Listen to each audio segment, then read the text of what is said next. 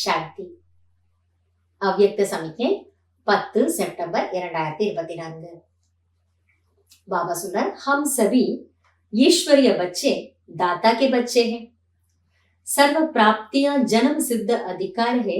इस शान में रहो. நாம் அனைவரும் பாபாவினுடைய குழந்தைகள், வள்ளலுடைய குழந்தைகள். அனைத்து பிராப்திகளும் நமக்கு பிறப்புரிமையாகும்.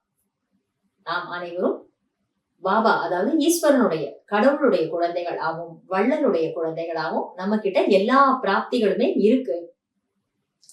அப்ப இந்த கௌரவத்திலே நீங்கள் இருங்கள்னு பாபா நமக்கு சொல்றாரு. நம்முடைய சுய கௌரவத்துல, இந்த ஸ்வமானத்துல நாம இருக்கணும். நான் ஈஸ்வரனுடைய குழந்தை, அனைத்து பிராப்திகளால் நிரம்பி இருக்கின்ற ஆத்மா. मास्टर विदाता, मास्टर वरदाता, मास्टर सागरबन, ऐसी शक्तिशाली स्थिति का अनुभव करो. மாஸ்டர் விதியை உருவாக்குபவர், மாஸ்டர் வரம் தரும் வள்ளலாகவும் மற்றும் மாஸ்டர் கடலாகவும் நீங்கள் ஆகிவிடுங்கள். அத்தகைய சக்திசாலியான நிலையை அனுபவம் செய்யுங்கள். அதிலேயே 3 விதமான டைட்டில்களை நமக்கு பாபா சொல்றார். மாஸ்டர் விதிகளை உருவாக்குபவர், இரண்டாவது மாஸ்டர் வரம் தரும் வள்ளல், எல்லாருக்கும் வரங்களை கொடுக்கிறது. ரூல்ஸ், சட்ட திட்டங்களை, விதிகளை உருவாக்குபவர்கள் நம்ம தான். ஏன்னா நம்ம தான் அந்த ராஜ்யமும் பண்ண போறோம். மூன்றாவது மாஸ்டர் கடல், பாபா கடல் என்றால் நம்ம மாஸ்டர் கடல். இந்த ஸ்திதியிலே சக்திசாலியான நிலையிலே அனுபவம் செய்யுங்கள் என்று சொல்றார். सदा अल्प काल की इच्छा मात्रम अविद्या की शक्तिशाली स्थिति में रहने के अभ्यासी बनो.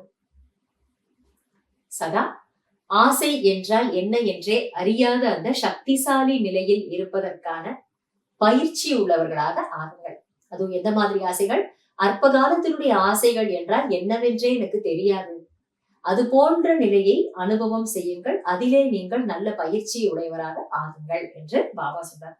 அப்ப அதுக்காக நம்மை நாமே எத்தகைய சுய கௌரவத்துல, ஸ்வமானத்துல நிலையாக வைத்துக் கொள்ளணும் அப்படின்னு சொன்னா, நான் ஆத்மா, மாஸ்டர் கடலாக இருக்கின்றேன், மாஸ்டர் வரம் தரும் வள்ளலாகவும் மாஸ்டர் விதியை உருவாக்குபவனாகவும் இருக்கின்றேன்.